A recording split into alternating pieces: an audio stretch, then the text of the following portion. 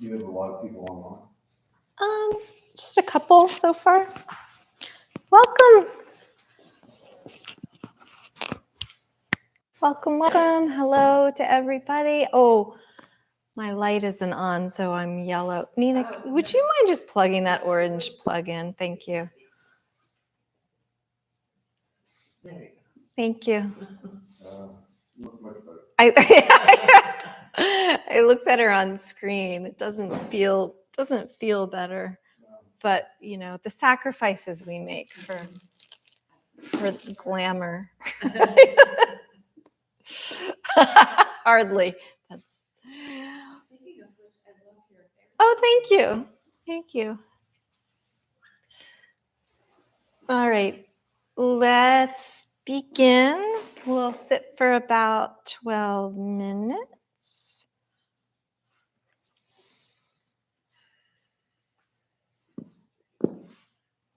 Step one, get comfortable. And do, D-U-E, diligence about getting comfortable. So really, like, take the time to set up in a way that fully supports your physical form, so that you've given yourself an opportunity to tune into the aspect of presence that is so much more than the physical form. Because if we're getting distracted by pain and discomfort and physical tension, then it's hard to do the real work of mindful practice.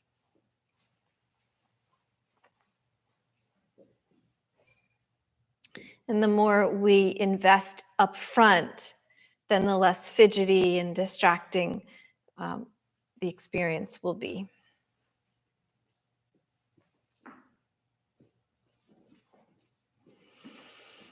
And then once you feel supported, physically comfortable, tune into your breath.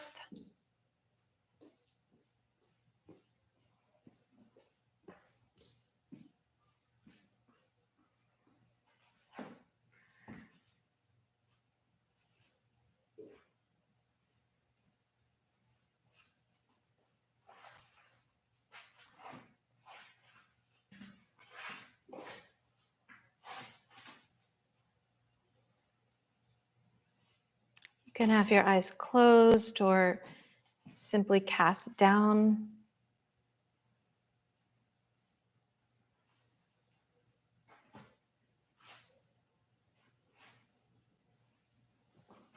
So a soft gaze, whether it's fully behind eyelids or partially, a soft gaze to minimize the visual input.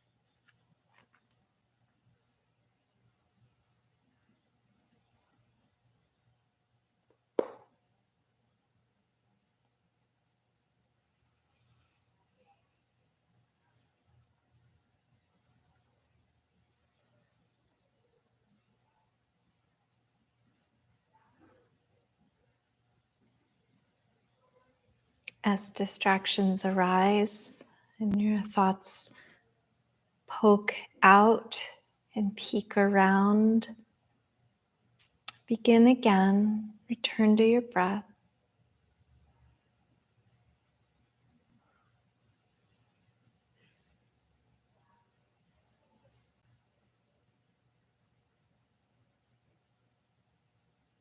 Remember, the purpose is not to silence the world,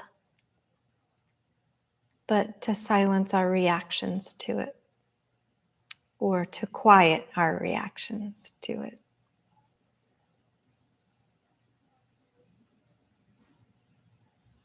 To temper our reactivity. And in so doing, we get better at getting present.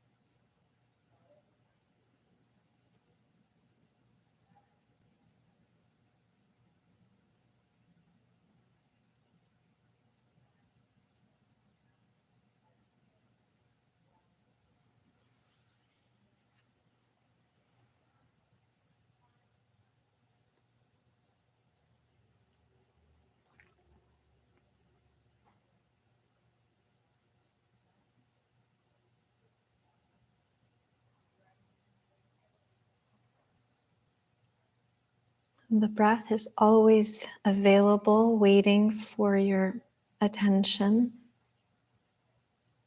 An easy way to return to the moment.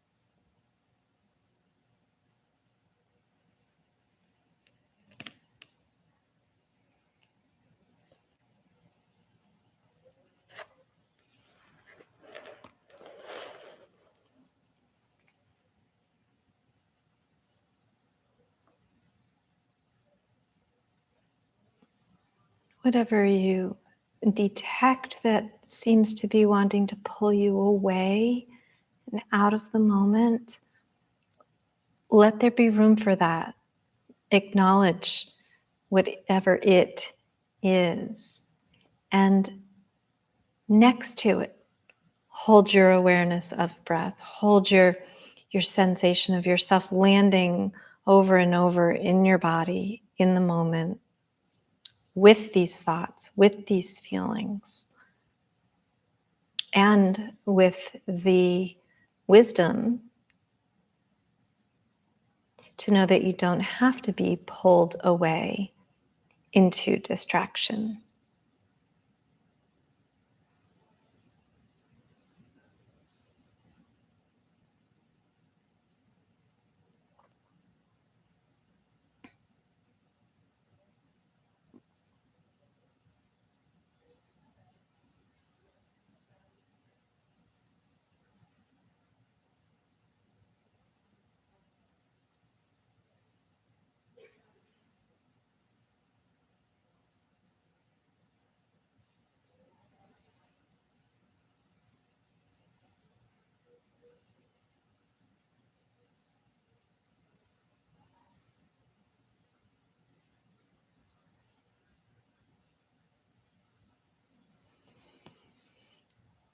Take a few longer, slightly deeper breaths.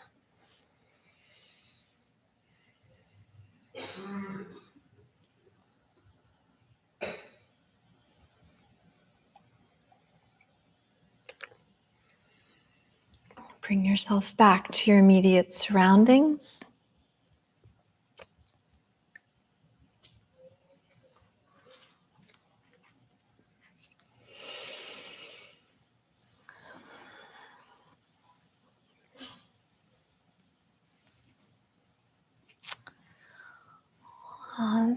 Once again, welcome.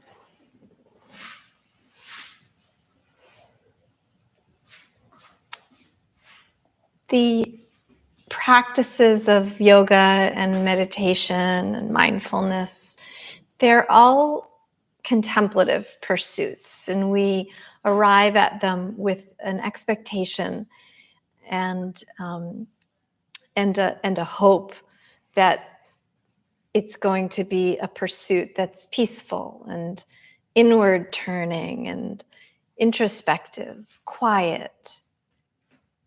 We have that expectation fairly, and usually that is how it turns out, even if the mind fights against that this is a peaceful pursuit. At the same time, raging all around us, the political realm is exactly the opposite. It's loud, it's angry, it's contentious, and sometimes it's violent in words and deeds, as we've seen too often lately. And so these contemplative practices and these ways of managing our civic and political realm, excuse me, feel like really two different worlds that have nothing to do with each other.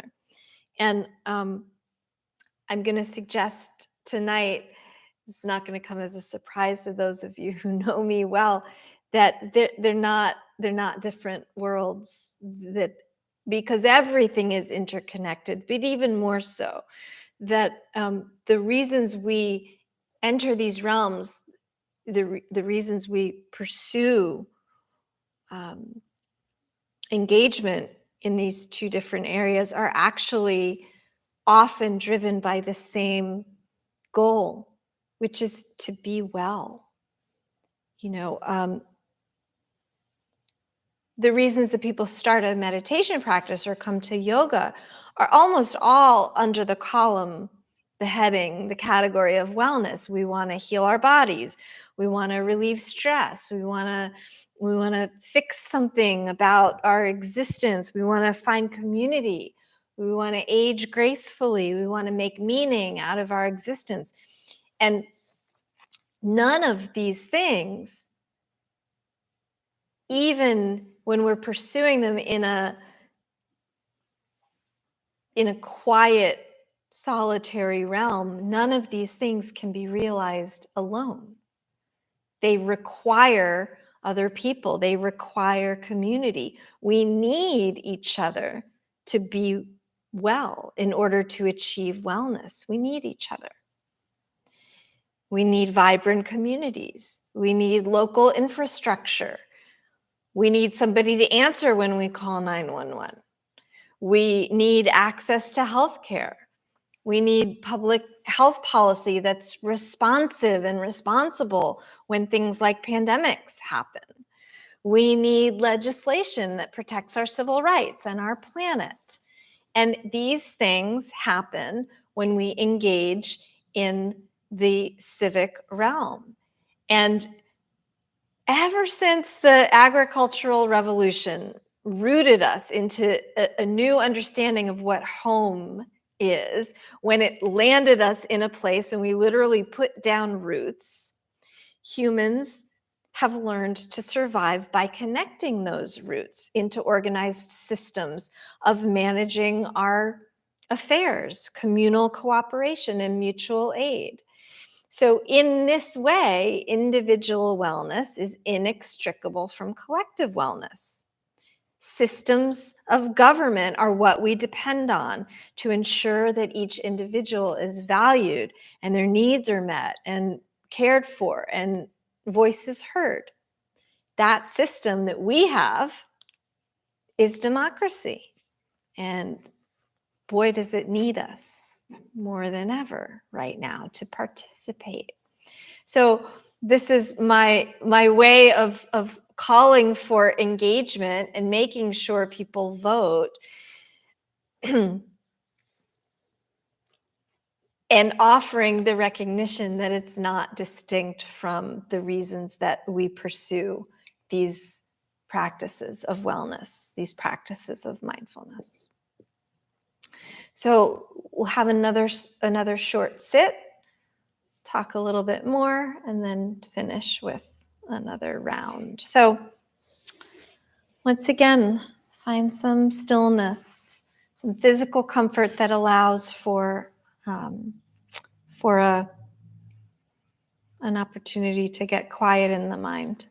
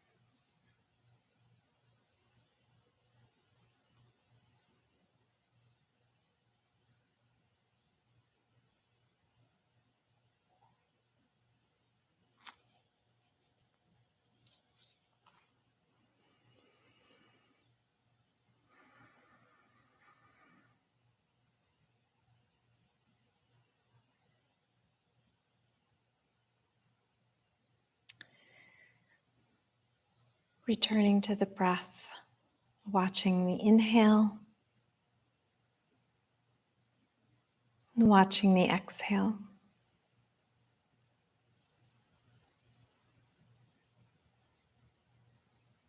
And if the whole span of time from one inhale to the next inhale feels like a really long time to think about nothing else, then divide it in half. Focus only on the exhale. And then let whatever else is present be present for the whole course of the inhale. And then return just for that dissolving breath on its way back out.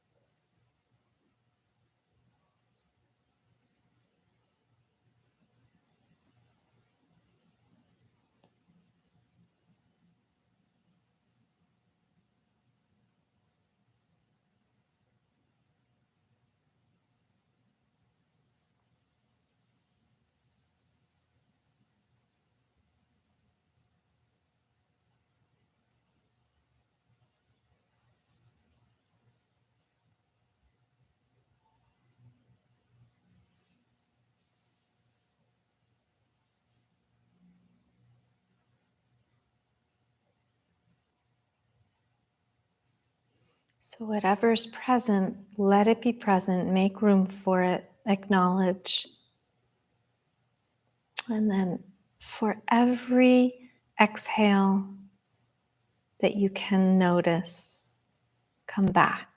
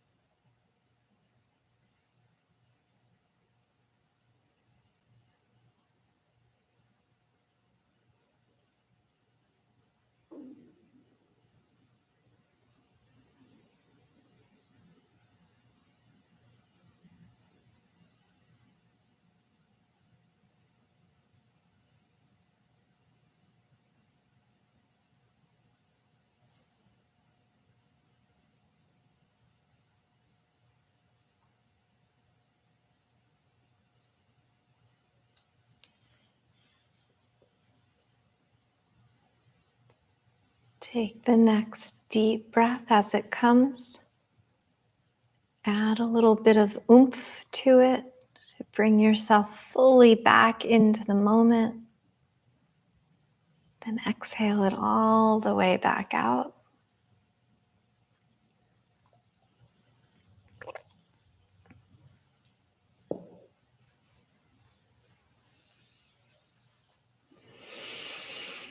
Return your awareness to your immediate surroundings.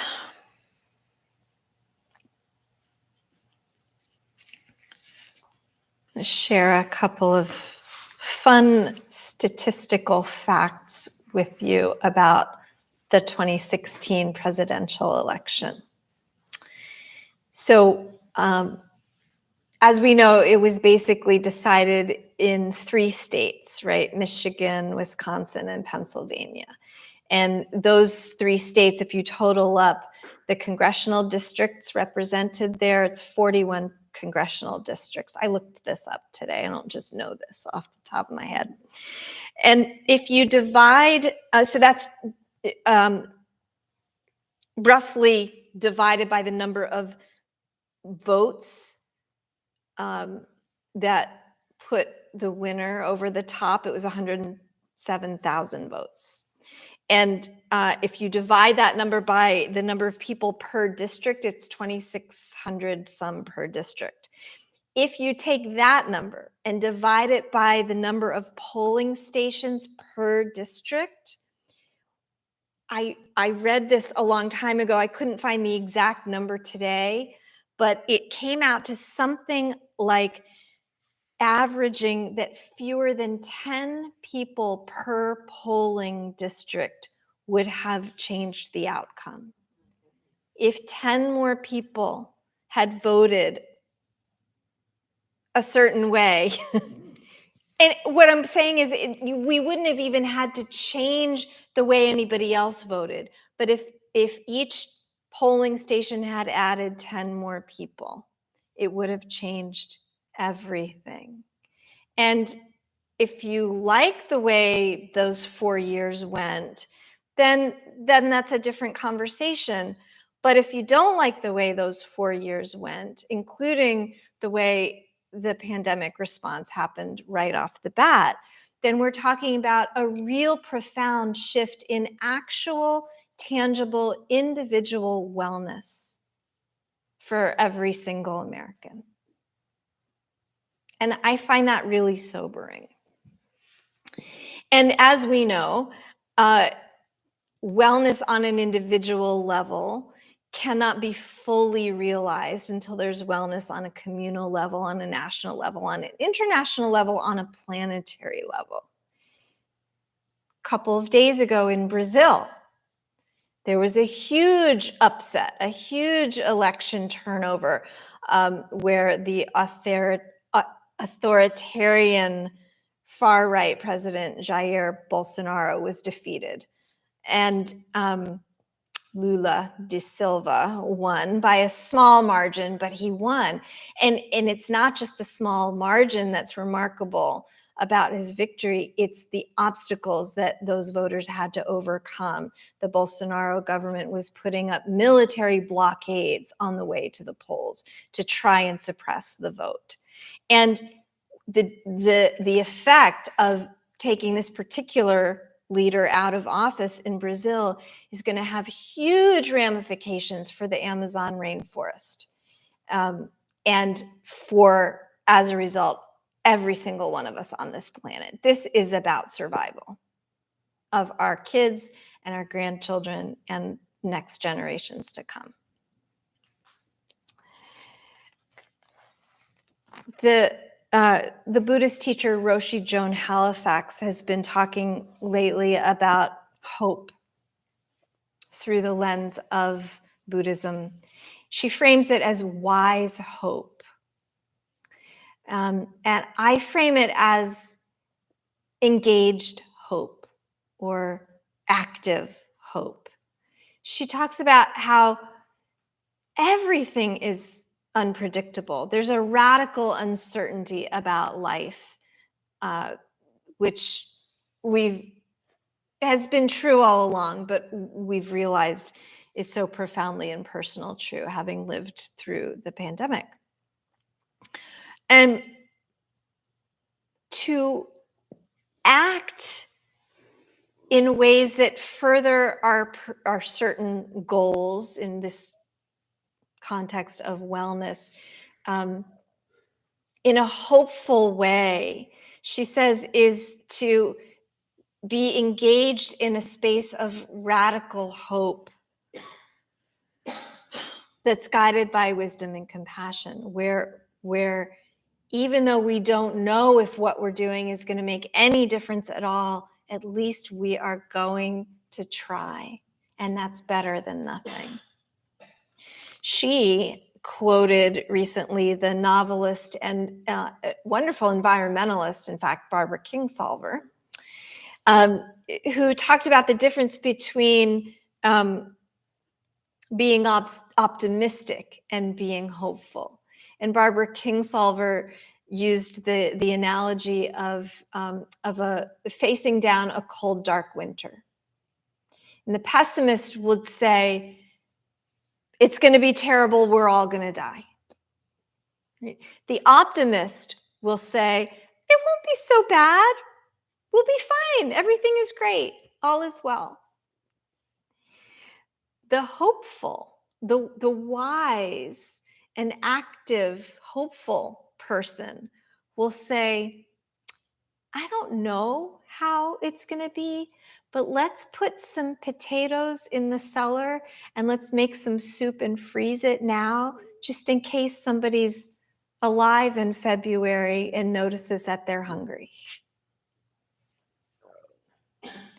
And it's She calls it a certain mode of resistance, to be hopeful in the face of uncertainty and to take action in service of our most basic needs, to be well and to be well with each other and for each other.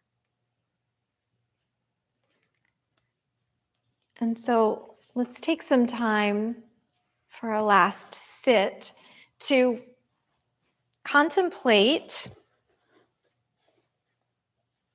hope. You might identify for yourself something that you are hoping for. And just hold that as an image. Maybe find some visual representation of what that thing is, and hold that in your mind as you add an awareness of your breath.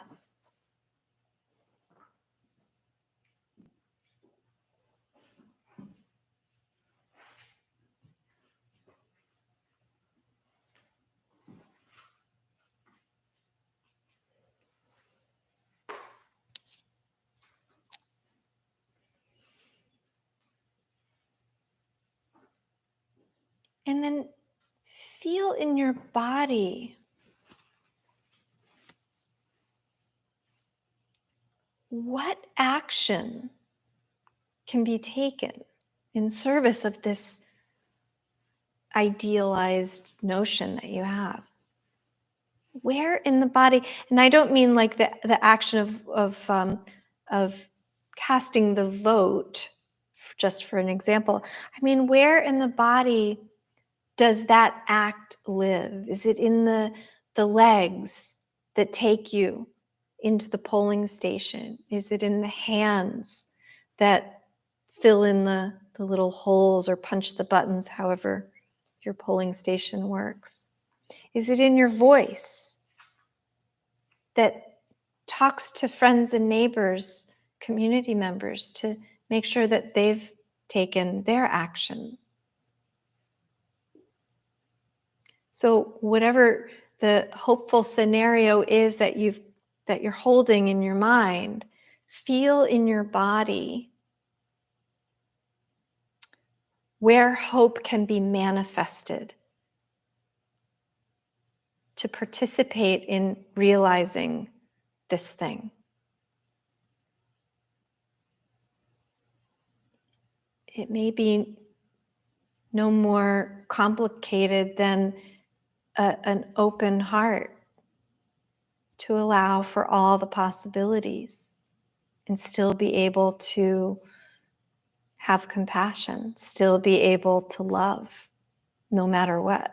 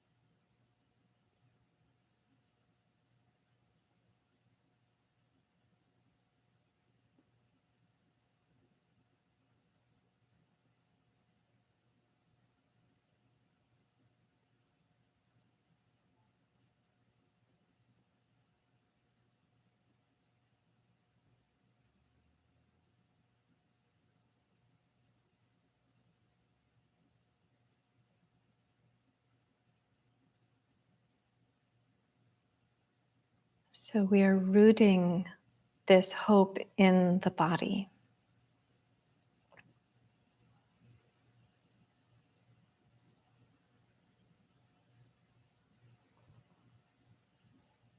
and we are feeling the truth of ourselves as part of something much bigger.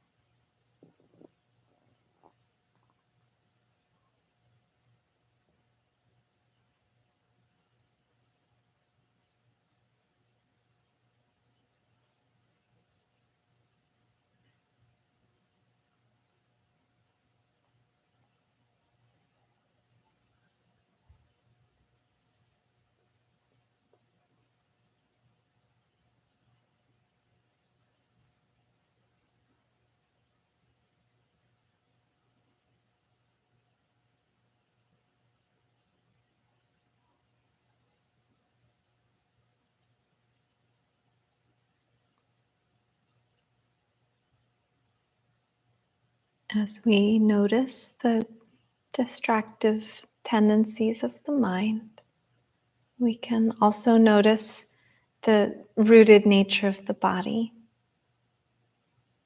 We can return, reground, reset. And if the body feels fidgety or reactive in any way, we do our best to create comfort, and then at a certain point we stay with what is.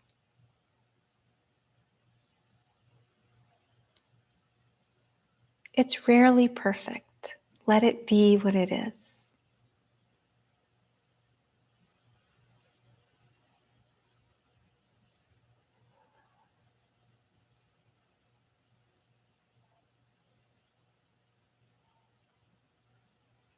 We seek to commit to periods of stillness as much as possible.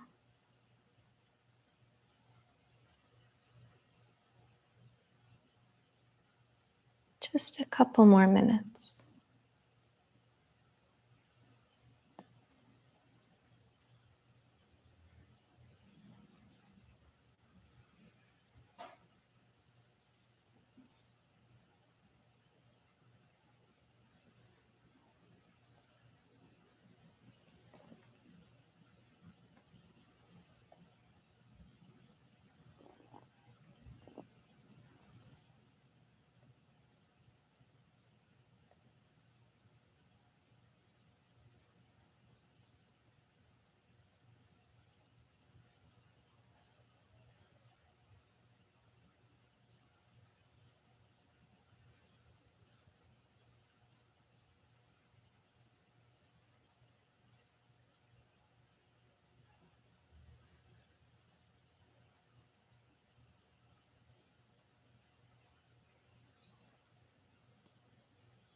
And invite the next breath in a little deeper.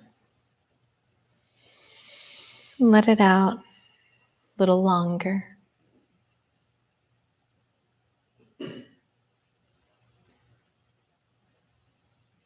Welcome yourself back to the immediate surroundings of this moment. And if you'd like to, bring palms together in front of your heart for a closing prayer for our democracy. And may each one of us living within this system know peace,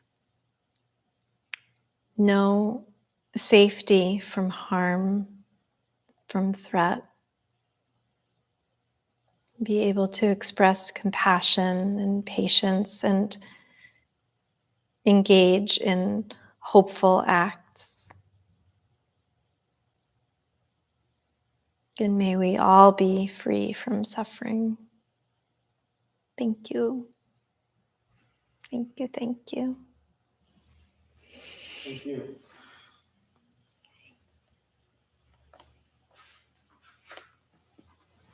Now we're